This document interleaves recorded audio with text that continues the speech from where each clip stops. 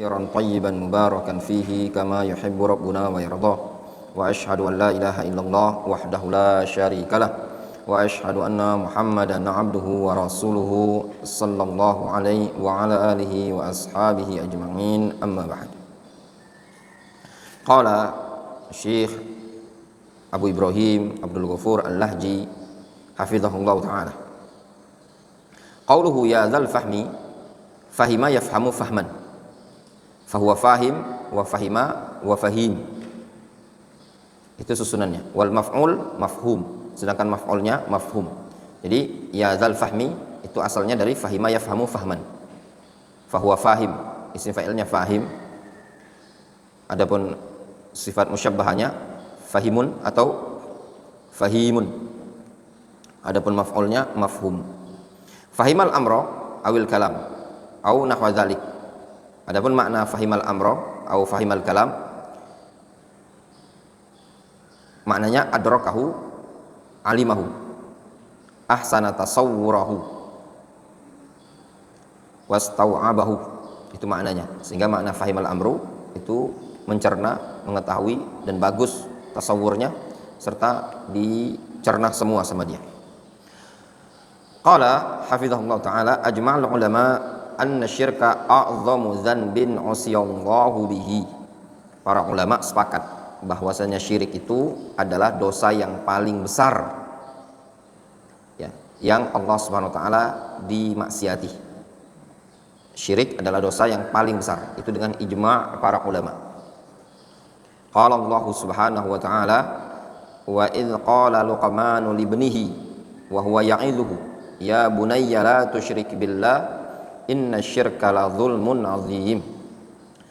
Ingatlah ketika Luqman berkata kepada putranya, wa huwa ya'idhuhu, ketika itu Luqman menasihati putranya, ya bunayya la tusyrik billah, wahai putraku janganlah engkau menyekutukan Allah, inna syirka la zulmun azim, sesungguhnya syirik adalah kezaliman yang sangat besar. Apa makna ayat ini? Menunjukkan kesyirikan itu adalah dosa yang paling besar, karena disebutkan di sini la zulmun azim, kezaliman yang sangat besar. Apa makna zalim? Kemarin diantaranya wad'u syai' fi ghairi mawdhihi, meletakkan sesuatu tidak pada tempatnya. Ketika seseorang beribadah kepada selain Allah, berarti meletakkan sesuatu tidak pada tempatnya, makanya disebut dengan kezaliman. Jadi kalau antum ditanya kenapa syirik dikatakan kezaliman, karena meletakkan sesuatu tidak pada tempatnya. Ibadah yang seharusnya dipersembahkan kepada Allah lalu dipersembahkan kepada selain Allah Azza wa Jalla, berarti telah meletakkan sesuatu tidak pada tempatnya. Wa an Abdillah, dari Abdullah bin man? Abdullah ibn Mas'ud, dari Abdullah bin Mas'ud. Udah lewat hadis ini ya sebelumnya. An Abdillah ibn Mas'ud radhiyallahu anhu qala sa'altu an-nabiyya sallallahu alaihi wasallam. Beliau mengatakan, aku bertanya kepada Nabi sallallahu alaihi wasallam.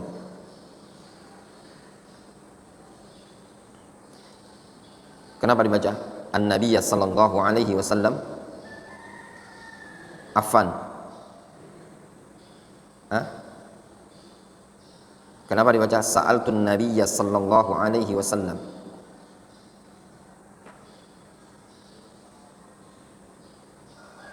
I'rabnya apa?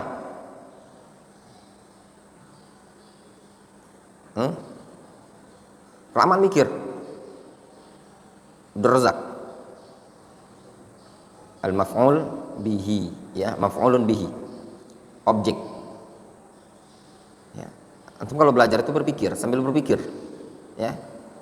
Nah, kalau belajar tidak berpikir sama saja. Ayyu dzanbi a'zamu indallah. Dosa apa yang paling besar di sisi Allah? A'zam indallahi. Qala anta ja'ala lillahi niddan wa huwa khalaqaka. Abdullah bin Mas'ud bertanya kepada Rasul, ya Rasulullah, dosa apa yang paling besar? Kata Nabi SAW, anta ja'ala lillahi niddan wa huwa khalaqaka. Engkau membuat tandingan untuk Allah dalam kondisi Allah lah yang menciptakan engkau. Nah ini namanya apa? Ilzamul uluhiyyah bitauhid ar-rububiyah. Engkau menyembah selain Allah Azza wa Jalla dalam kondisi Allah lah yang menciptakan engkau. Kemudian masalah tuh. Jelas ya? Masalah pertama apa? Asyirik a'dhamu dzanbin bi ijma'il ulama. Yang kedua, ajma'ul ulama anna syirkal akbar muhbitun lil a'mal wa naqidun lil Islam. Para ulama sepakat bahwasannya syirik besar muhbitun lil a'mal, menggugurkan amalan, wa naqidun lil Islam, dan membatalkan keislaman. Itu dengan kesepakatan para ulama. Seluruh syirik besar apapun bentuknya, selain syirik,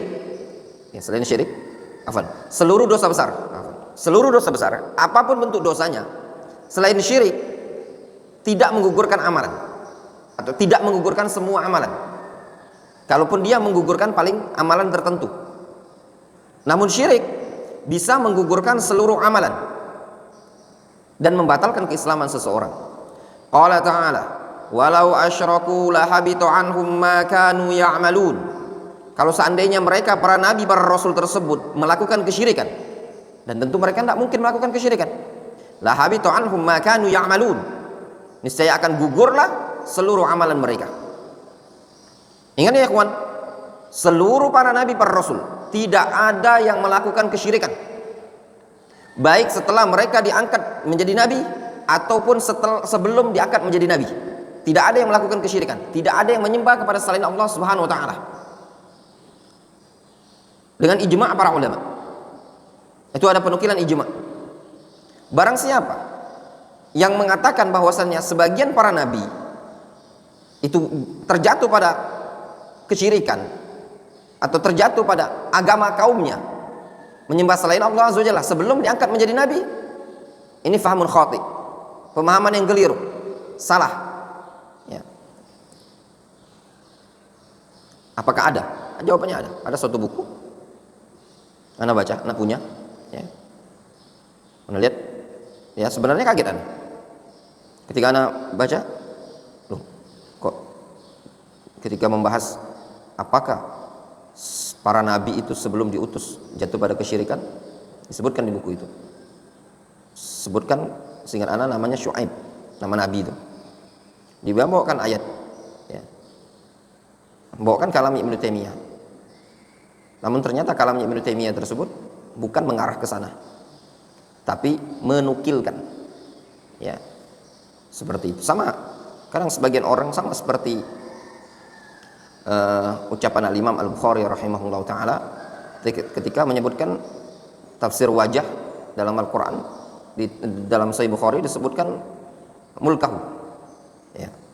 Itu sebenarnya bukan kalamnya al-Imam Al-Bukhari. Al-Imam Al-Bukhari menukil dari Abu Ubaidah Ma'mar ibn Muthanna, sehingga semata-mata cuma sekedar nukil dan belum tentu kalamnya al-Imam Al-Bukhari.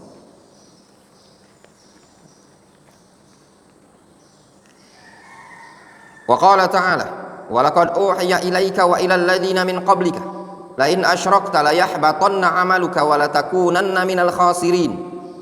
Sungguh telah diwahyukan kepada engkau, yaitu kepada Nabi kita Muhammad SAW, wa ilal ladzina min qablika, dan diwahyukan juga kepada orang-orang sebelum engkau, la in asyrakta, kalau seandainya engkau melakukan kesyirikan, la yahbatanna 'amaluka, niscaya akan gugurlah amalanmu, wa la takunanna minal khasirin, dan engkau akan termasuk orang-orang yang merugi. Dua ayat ini menyebutkan tentang bahaya khatar syirki, bahaya syirik, bahwasanya syirik bisa menggugurkan seluruh amalan seseorang, hapus seluruh amalnya, terreset ya, tidak ada tersisa. Namun kalau seandainya dia bertaubat dan masuk Islam lagi, bertaubat dia masuk Islam lagi, maka amalannya akan kembali ya, akan kembali. Apa dalilnya?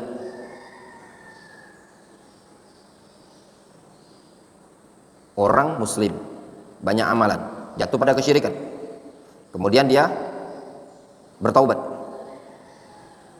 masuk Islam lagi, maka seluruh amalan tadi balik lagi. Enak kan Islam itu? Enak. Apa dalilnya? Dalam Al-Quran.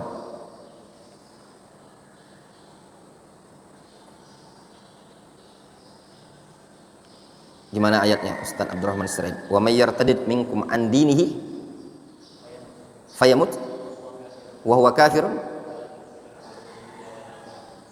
wa may yartadid an dinihi fayamut wa huwa kafirun faulaika habitat a'maluhum fid dunya wal akhirah. Kata Syekh Abdurrahman As-Sa'di.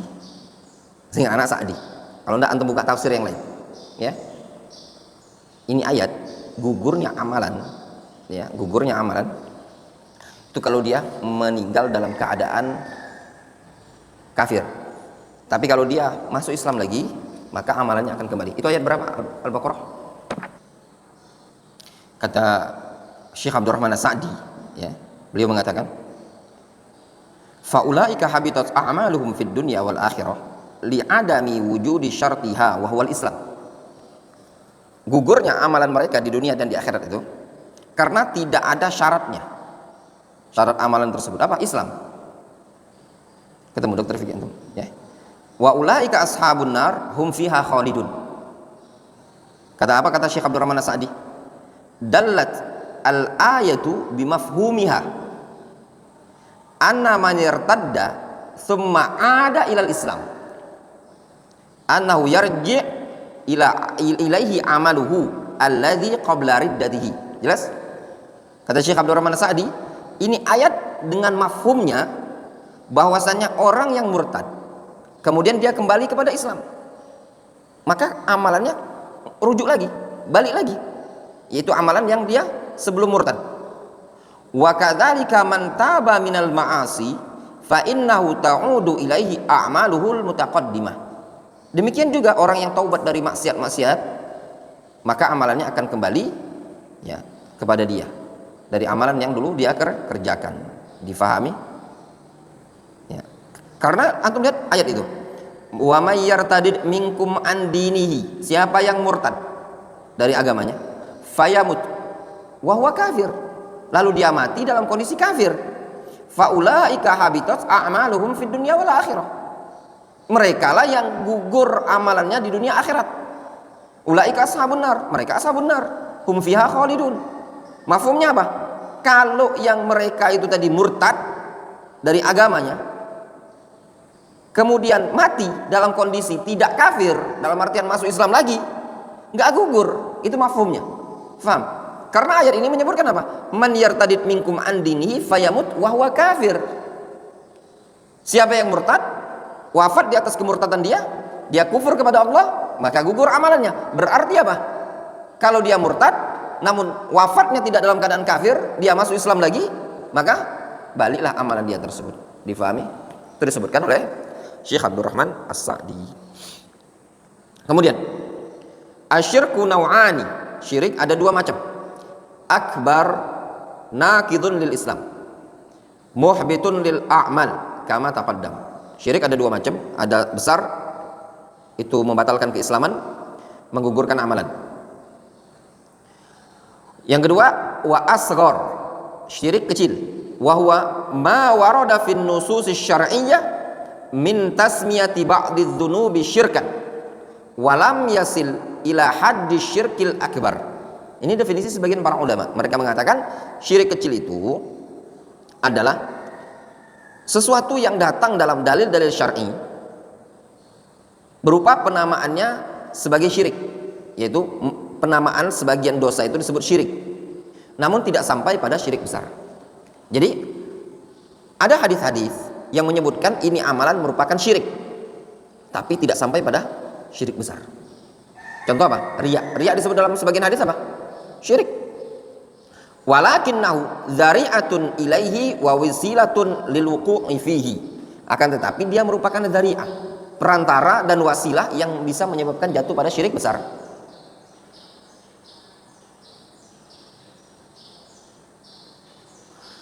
Ini definisi mungkin lebih tepat ya. Lebih tepat dibandingkan definisi sebagian para ulama yang mengatakan syirik kecil itu kullu wasilatin ila syirkil akbar, seluruh wasilah menuju syirik besar. Antum kalau baca sebagian buku-buku ada yang menyebutkan seperti itu. Namun kata guru kami dulu saat anak belajar di Yaman, disebutkan definisi seperti itu kurang tepat. Dari sisi mana? Dari sisi patung itu bisa mengantarkan wasilah ila syirkil akbar, namun tidak dikatakan syirik kecil. Difahami? Dia wasilah untuk syirik besar. Tapi tidak dikatakan syirik kecil. Tidak ada orang bilang, apa hukum patung ini? Syirik kecil? Tidak ada. Difahami? Wa huwa a'zam wa akbaru minal kabair.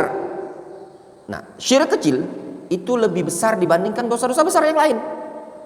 Illa annahu yanqudul Islam, atau illa annahu la yanqudul Islam. Namun syirik kecil ini tadi la yanqudul Islam, tidak membatalkan keislaman. Wala yuhbitu mutlaqul a'mal, dan tidak menggugurkan mutlaqul a'mal. Difahami?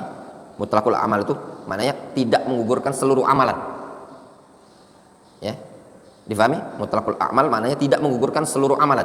Jadi syirik kecil tidak menggugurkan seluruh amalan. Faham?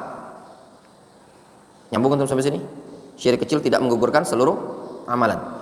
Ada ucapan indah dari Pak Slamet kemarin. Dia bilang, di sana dia bilang, apa Ustaz? Jangan sampai kita nih ilmu ladak kati, hiduplah miskin. Ucapan luar biasa nih. Iya enggak?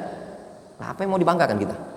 Antum hidup di dunia, kalau punya harta, ada penilaian orang dari sisi dunia toh? Orang bisa bilang antum, wow. Iya enggak? Nah ini, hiduplah buntu, ilmu agama tak kati, ngaji tak baca. Nah, apa yang mau dibanggakan? Kemudian disebutkan di sini, wala yuhbitu mutlaqal a'mali. Syirik kecil tidak menggugurkan amalan secara totalitas. Mutlaqul a'mal itu seluruh amalan maksudnya, ya. Wa innama, dan hanya saja ia yuhbitul amalal ladzi khalatahu. Dia hanya menggugurkan amalan yang dicampurinya. Jadi syirik kecil itu tidak menggugurkan seluruh amalan. Dia cuma menggugurkan amalan yang dimasuki syirik kecil tadi. Contoh syirik kecil apa? Riya. Nah, riya misalkan antum riya dalam sedekah. Jadi yang gugur tadi sedekah itu saja, tidak seluruh amalan. Jelas ya? Wa min amsilatihi, di antara contohnya ar-riya. Riya syirik kecil.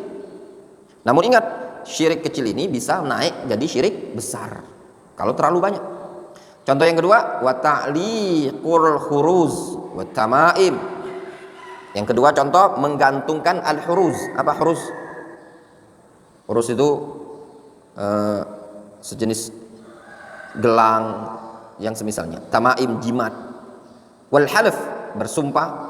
Wal halifu bi ghairillah, dan bersumpah dengan nama selain Allah Azza Jalla. Jelas ya? Ini diantara bentuk pembatal keislaman. Yang pertama apa? Asyirku, syirik. Kemudian masuk pembatal yang kedua. Qala an-naqidus tsani, pembatal yang kedua. Qala Syekh rahimahullah, berkata Syekh rahimahullah. Qala Syekh, pembatal keislaman yang kedua, man ja'ala bainahu wa bainallahi wasa'ita yad'uuhum wa yas'aluhumus syafa'ah wa yatawakkalu 'alaihim kafara ijma'an. Kata Syekh Muhammad bin Abdul Wahhab,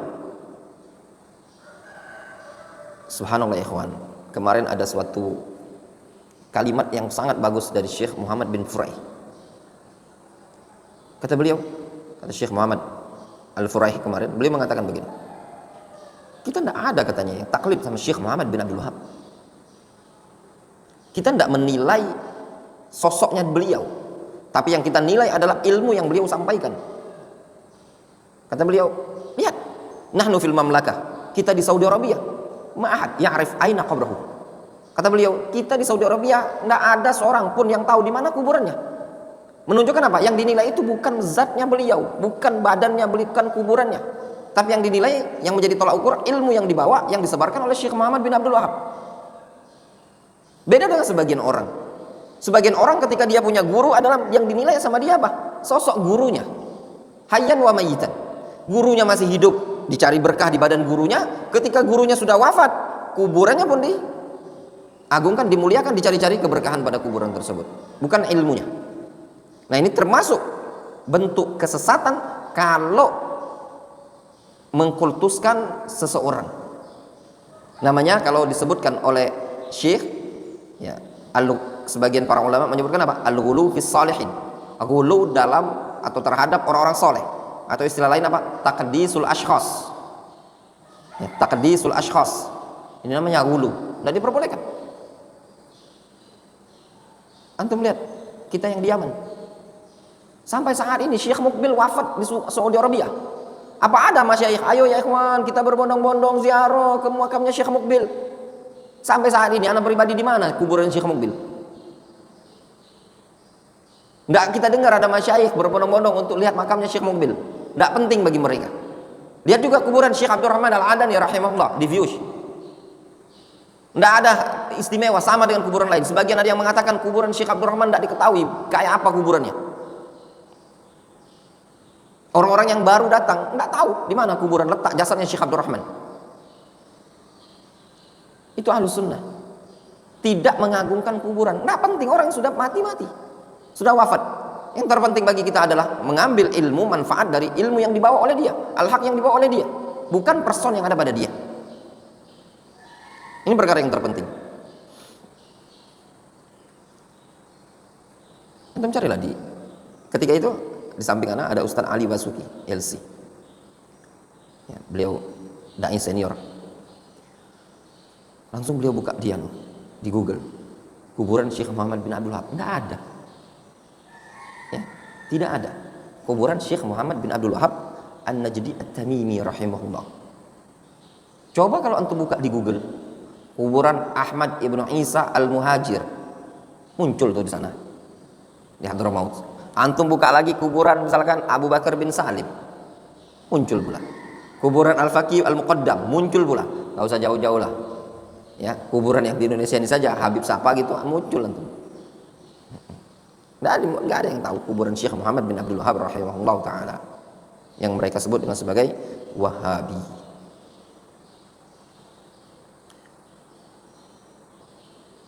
Luar biasa ya ikhwan, masyayikh di Saudi Arabia itu ilmunya luas dan dalam.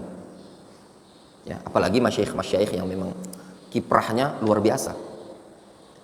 Ana nasihatkan kepada antum untuk banyak-banyak juga merujuk kepada mereka dari sisi ilmu yang luas tersebut. Tapi kekibar kayak kemarin Syekh Muhammad bin Fahad Al-Furaih, itu luar biasa beliau. Beliau di Riyadh tinggalnya, dan beliau itu pengajar di Ma'had Ali lil Qadha. Ma'had Ali lil Qadha, kayak sejenis fakultas yang khusus untuk jadi qadhi, kayak gitu nah. Dan beliau ini pakar fikih ternyata, luar biasa luas wawasannya. Yang diundang atas itu masyayikh yang terjamin akidah, karena yang undang pemerintah, di bawah naungan pemerintah. Jangan undang-undang orang yang tidak jelas, cuman masyayikh YouTube. Ya, ini kadang sebagian orang undang orang-orang belajar sama orang-orang masyayikh YouTube. Cari yang berbobot, yang sudah jelas. Nah, adapun kalau antum mau melihat thariqah dakwah, metode bagaimana berdakwah dan yang semisalnya, khutbah, retorika dan semisalnya, untuk sebatas pengalaman ana ya, Yaman ini luar biasa. Ya, jadi antum gabungkan. Masyayikh di Saudi luas itilaknya. Itu diakui oleh guru-guru kita yang ada di Yaman. Mereka masyayikh Saudi itu itilaknya luas. Kenapa? Karena mereka punya waktu yang luang banyak untuk mutola'ah, memrojaah, mengkaji, membahas, itu luas.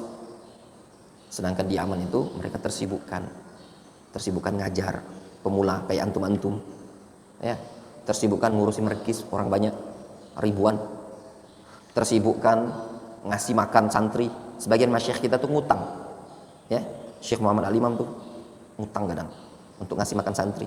Syekh Utsman As-Salimi ngutang, Syekh Umar Bajuber ngutang. Itu yang anda dengar langsung dari telinga anak. Nah, sebagian masyayikh kadang nggak ada duit, mereka ngutang untuk makan santri. Santri sana main-main HP aja misalkan, sayang sekali kan. Makanya kalau istilah Ustaz Mughirah itu pergi aja, ganti dengan yang lain. Sama antum, kalau di sini juga, kalau di sini malas belajar, udah pergi aja, ganti dengan yang lain. Dibandingkan mengurangi beras di sini, ngabisin beras, ngabisin lauk, mendingan kalau sisa lauknya kan bisa untuk yang rajin, biar proteinnya bertambah bagi yang rajin. Sebagian masyayikh kita seperti itu. Nah, yang seperti ini kadang ilmu tersendiri yang kita dapatkan, gimana mereka perjuangan mereka berdakwah, melatih, kesabaran mereka dan semisalnya, sehingga bisa memotivasi kita tahan banting. Jadi tidak masalah antum mengumpulkan dua jenis ilmu yang ada tadi. Ya. Ya, kalau antum mau belajar berdakwah, mau jadi dai, saran ana Yaman. Belajar di Yaman. Nanti ambil juga ilmu dari masyayikh yang ada di Saudi Arabia. Jadi kalau memang mau jadi dai ya di Yaman, benar. Karena antum sudah dididik. Ramadan, kalau sudah hafal Al-Qur'an, nanti disuruh ke kampung dakwah.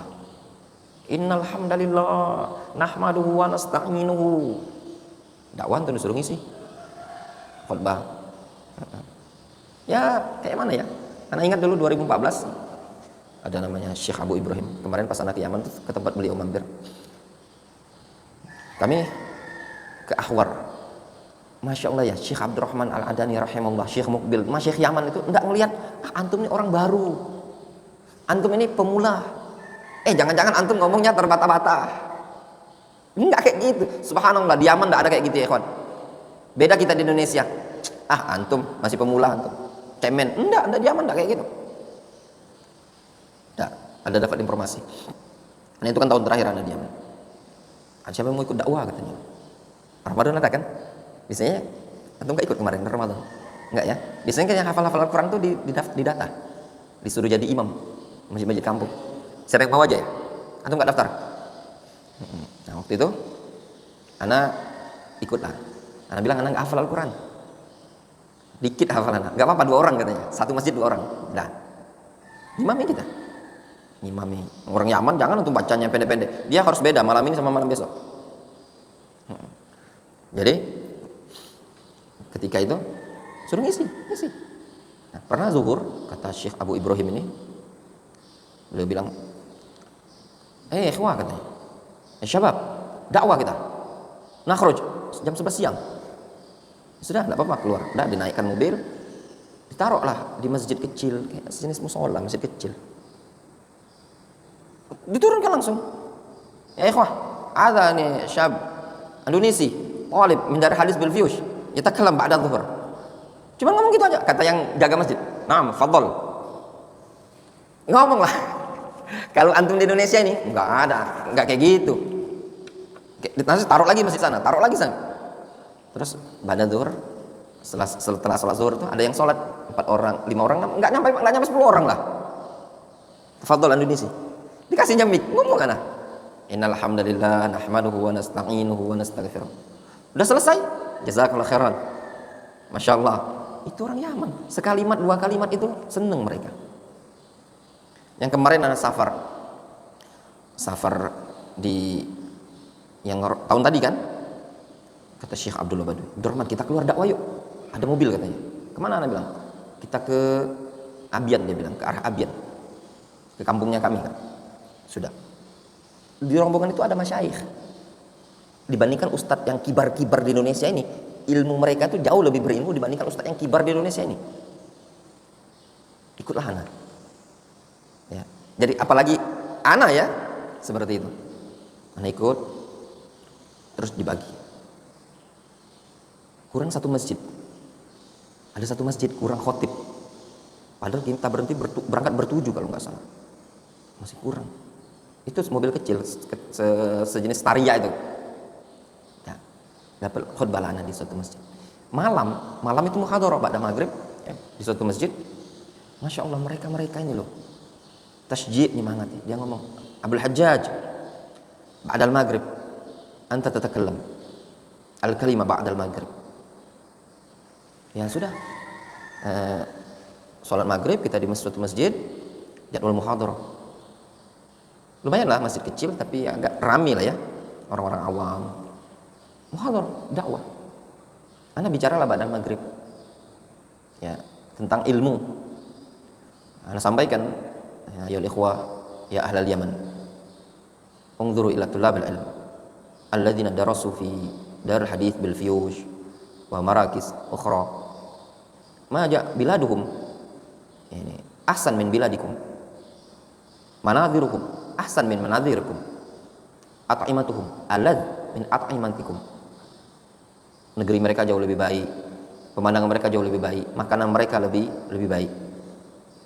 Nah, sampaikan, ja'u ilal Yaman, ma ja'u litijar, wa ma ja'u li ajlil mal, wa ma ja'u li ajlil kasb wal amal, la, inna ma ja'u min ajlil ilm.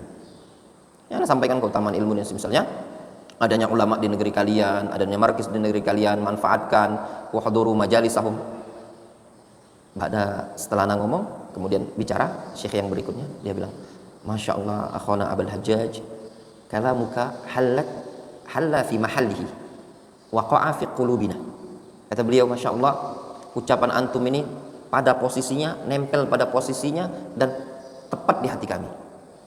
Kata beliau, antum lihat orang-orang Indonesia datang dari negara mereka ke kita, ke Yaman ini, bukan karena ilmu, bukan karena harta, bukan karena ingin kerja, bukan karena dunia.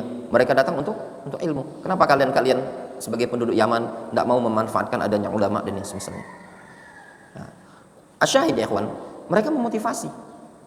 Kalau ada orang berdakwah, dulu Syekh Muqbil rahimahullah ta'ala, kalau ya ada orang disuruh dakwah sama Syekh Muqbil, tidak mau dakwah, atau disuruh khutbah sama Syekh Muqbil, tidak mau khutbah. Misalkan ada suatu masjid butuh khotib, kata Syekh, dakwah sana, khutbah di sana. Syekh Muqbil terkadang mengatakan, la barakallahu fi ilmik, semoga Allah tidak berikan keberkahan pada ilmumu. Itu Syekh Muqbil. Beliau selalu memotivasi thalabul ilm, memotivasi para penuntut ilmu untuk ikut andil dalam dakwah ini tadi.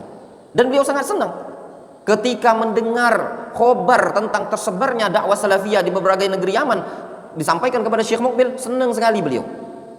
Demikian juga masyayikh kita yang ada di negeri Yaman.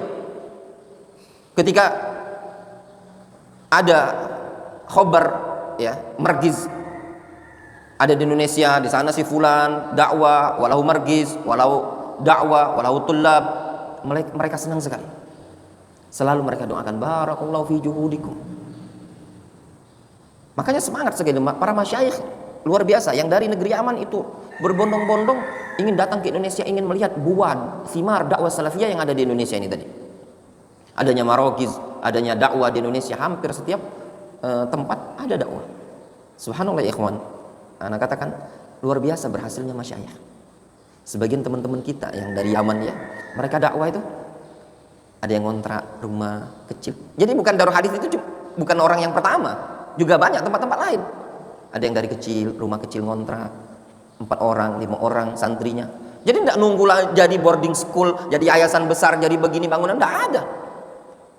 Dan tidak sepantasnya seseorang yang katanya thalibul ilmi, yang belajar bertahun-tahun di suatu negara dengan dapat beasiswa, mengatakan kalau sudah ramai, sudah berkembang, baru anak akan pulang kampung ke tempat antum. Ini cabut aja beasiswanya, ya, cabut. Tidak seperti itu. Makanya kadang ujian fitnah terbesar sekarang ini, sebagian orang belajar agama itu bukan untuk ilmu tersebut disebarkan. Ya, sayang loh. Ya, semuanya butuh sabar. Nah, kalau ditanya sabar, jangan ditanya. Ya, anak tanya Ustaz Abu Jarir, berapa gajian tuh di Bekasi? 2.200.000 Ustaz. Kontrak 700 sebulan. Itu kalau bukan alumni Yaman, susah ya kawan ya. Tapi kami udah dididik. Di Yaman itu ada syekh, ada pengajar. Kemarin anak ke Syabuah, anak tanya, berapa gaji antum? Dia ngobrol kita kan masalah gaji di Indonesia. Dia bilang, ana Abdurrahman, mukafa amin markis, mi'a wa khumsin, 150 real Saudi. 150 real Saudi, tahu antum berapa? 600.000. Antum jadi musyrik berapa nih? 1 juta deh, masih besar gaji musyrik. Ya, masih besar gaji musyrik. Seperti itu. Itu kondisinya. Jadi, tapi menikmati ikhwan, menikmati dakwah itu enak, nikmat. Ya. Ya, cuma butuh sabar. Kemudian tanggung ya. Man ja'ala bainahu wa bainallahi wasa'ita yad'uhum wa yas'aluhum asy-syafa'ah wa yatawakkalu 'alaihim kafara ijma'an. Siapa yang menjadikan antara dia dan antara Allah wasa'it, adanya perantara, yad'uhum, yang mana dengan perantara ini yad'uhum, dia seru, dia panggil, dia doa. Wa yas'aluhum syafa'ah, dia mintai syafaat. Wa yatawakkalu 'alaihim, dan bertawakal kepada mereka. Kafara ijma'an, ini orang dinyatakan kafir dengan kesepakatan para ulama.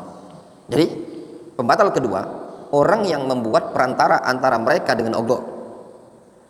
Nah, perantara ini yad'uhum, dimintai syafaat, berdoa kepada dia, bertakarrub kepada dia, bertawakal kepada dia, bernazar kepada dia, dan yang semisalnya. Qala an-nazim hafizahullah, berkata an-nazim, siapa an-nazim? Siapa lagi? Syekh Saleh Al-Utsaimin. Man da'a wasaiton tudani ilahana faqad ata bisani yaqulu jahlan kadziban wa yasja'u wasaiti indal ilahi tashfa'u.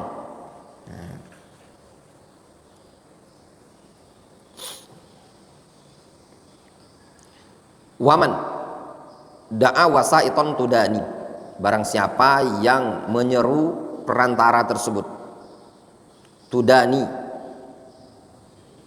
yang tudani maknanya apa? Tumasil, perantara yang menyerupai ilahana, yang menandingi Tuhan kita. Faqad ata, maka sungguh dia telah mendatangkan bisani, Tuhan yang kedua. Difahami? Barang siapa yang menyeru wasait. Apa wasait ini? Wasitoh.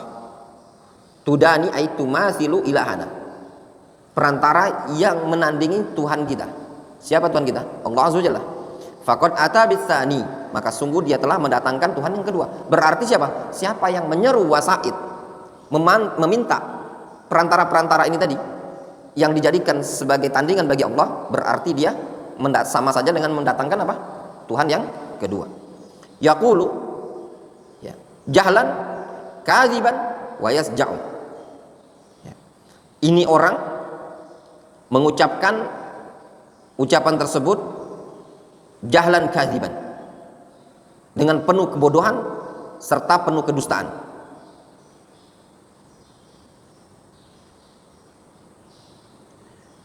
Wa yasja'u, serta bersajak. Ya. Yasja'u maknanya bersajak.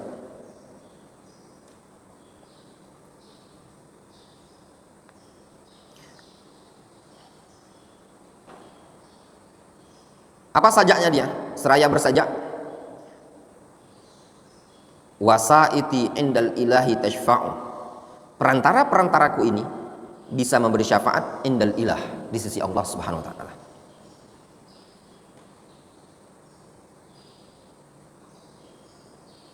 Faham? Ya, yaqulu jahlan kadziban. Ini orang mengucapkan ucapan yang didasari kebodohan lagi, kedustaan. Wa yasja'u, namun sok bersajak. Apa sajak itu? Sajak itu maknanya gini. Ucapan, kalau apa kita kalau bahasa itu imbuhan yang misalkan akhiran mim semua. Ya, jadi ngesankan indah gitu loh. Seraya bersajak, seraya berucap dengan ucapan indah, dengan mengatakan apa? Wasaiti indal ilahi tashfa'u. Ya. Wasitoh-wasitohku ini bisa memberi syafaat di sisi al-ilah. Qauluhu wa man da'a, qauluhu wa man da'a, siapa yang berdoa. Ad-du'a talabul adna minal a'la. Doa itu permintaan dari yang di bawah kepada yang ke atas. Ya, talabul adna minal a'la. Itu namanya doa, da'a. Maslahatan turja, suatu kemaslahatan yang diharapkan. Namanya doa tuh talabul adna, orang yang di bawah meminta minal a'la, dari orang yang di atas. Paham? Contoh, khalifah, antum staff, minta ke direktur. Ya enggak? Itu namanya doa. Difahami? Permintaan orang yang di bawah minal a'la, dari orang yang di atas. Minta gitu loh. Paham? Maslahatan berupa kemaslahatan turja yang diharapkan. Itu namanya doa. Kalau permintaan dari atas, berasal dari atas, permintaan orang atas kepada orang yang di bawah, disebut apa? Al-amr, perintah. Tolab itu kan ada dua nih. Ya enggak? Ada ad-du'a, ada al-amr, seperti itu. Qauluhu wasa'ita. Qauluhu wasa'it. Jam'u wasitah. Wasa'it jam'u wasitah. Wa huwa ma yatawassalu bihi ila syai'. Wasitah itu adalah jamak sesuatu yang bisa mengantarkan kepada sesuatu. Ya. Perkara yang bisa mengantarkan ke sesuatu itu disebut wasitah. Tawassata li fulan, maknanya tawassala ilaihi wa tarajja minhu ma'unatan aw musa'adatan. Tawassata li fulan. Apa makna tawassata li fulan? Maknanya tawassala ilaihi. Dia bertawassul, berharap kepadanya ma'unah, bantuan, musa'adah. Ya. Ma'unah pertolongan, musa'adah bantuan. Faham? Jadi makna tawassata mencari perantara. Ya. Qauluhu tudani itu masilu. Qauluhu ya wa yasja'u wa huwa ahadul funun al-badi'ah fil lughah al-arabiyyah minhu al-mahmud wa minhu al-madhmum. Wa yasja'u, saja. Saja itu adalah salah satu cabang bidang yang sangat bagus dalam bahasa Arab. Namun sajak tersebut ada yang terpuji, ada yang tercelah. Ini tidak semua orang bisa bersajak ya. Ceramah bisa bersajak, luar biasa. Ana ingat dulu di zaman ana ketika di Yaman, yang pintar bersajak ini namanya Syekh Abu Sulaiman Abdullah Al-Qudadi Al-Bayhani hafizahullah ta'ala, yang sekarang tinggal di Jeddah.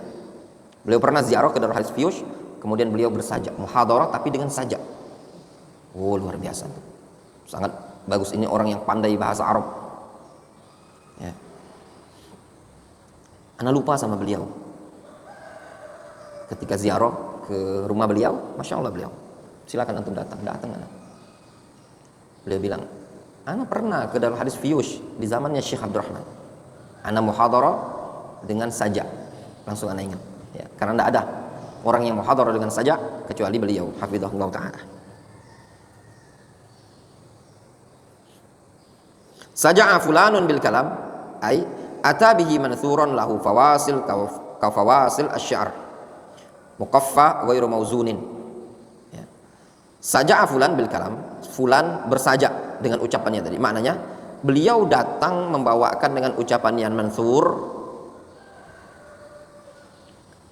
Faham antum nazam, antara nazam dan mansur? Manzumah, mansurah. Kalau yang berbaris-baris ini tadi, ini disebut apa? Mansur ya, nasr ya. Sajak itu dia membawakan kalam mansur seperti ini, tapi ada fawasil seperti syair. Maksudnya ada pemisah kalimat-kalimat terakhirnya seperti syair. Contoh sajak dalam Al-Quran apa contohnya? Dalam surah Al-Kahfi, Ustaz Sirain, wazdadu tis'ah. Coba sebelumnya terus rosyada ya, terus rosyada, terus setelahnya salasumi'ati sinin wazdadu tis'ah. Itu artinya apa? Salasumi'ah sinin wazdadu tis'ah artinya apa? 309 tahun. 309 tahun apa bahasa Arabnya? Salasumi'ah wa tis'ah ya, salasumi'ah wa tis'ah atau ya salasumi'ah wa tis'ah. Kenapa tidak seperti itu saja? Nah, kata Syekh Ibnu Utsaimin dalam rangka bersajak ya. Dan banyak contoh dalam Al-Quran ya. Wa misaluhu, contoh sajak, al-yaum khamrun wa ghadan amrun. Al-yaum khamrun wa ghadan amrun. Sakata dahron wa nataqa kufrun. Ya, itu contoh. Hari ini khamr tertutup. Wa ghadan amrun, besok perintah. Sakata dahron, diam sepanjang masa. Wa nataqa kufrun, ketika berucap ucapan kufur. Jelas? Nah, seperti itu. Kita lanjutkan ya, tanggungnya. Al-wusata naw'an. Al-wusata naw'ani. Perantara itu ada dua. Awaluha, yang pertama, syar'iyyatun, perantara yang syar'i. Wa humul anbiya war rusul fahadi inkaruha kufrun. Perantara yang syar'i. Apa perantara yang syar'i? Yaitu para nabi, para rasul. Siapa yang mengingkarinya itu kufur. Ya, perantara syar'i, para nabi, para rasul yang mengingkarinya itu kufur. Jelas? Apa tugas para nabi, para rasul? Perantara syar'i. Kenapa rasul dan para nabi disebut perantara syar'i? Kenapa? Karena para nabi dan para rasul bertugas menjadi perantara antara mereka dengan Allah Subhanahu wa taala, antara hamba dengan Allah sebagai penyampai risalah ini tadi. Tidak mungkin umat manusia ini langsung minta kepada Allah, turunkan wahyu kepada kami Allah, apa perintah ini, apa perintah ini. Tidak bisa kan? Sehingga untuk ibadah kepada Allah Subhanahu wa taala kita melalui jalannya para nabi, para rasul yang menyampaikan ilmu kepada kita ini tadi. Kita tidak tahu apa yang diinginkan oleh Allah Subhanahu wa taala melalui jalannya, melainkan melalui jalannya apa? Melalui jalannya wahyu. Nah, wahyu itu siapa yang menyampaikannya? Para nabi, para rasul. Sehingga para nabi dan para rasul adalah perantara antara kita dengan Allah Subhanahu wa taala fi tablighir risalah, di dalam menyampaikan risalah perintah Allah Azza wa Jalla. Difahami? Fahadhi inkaruha kufrun. Nah, kalau yang jenis seperti ini pengingkarannya digolongkan kekufuran. Wallahu taala a'lam bishawab.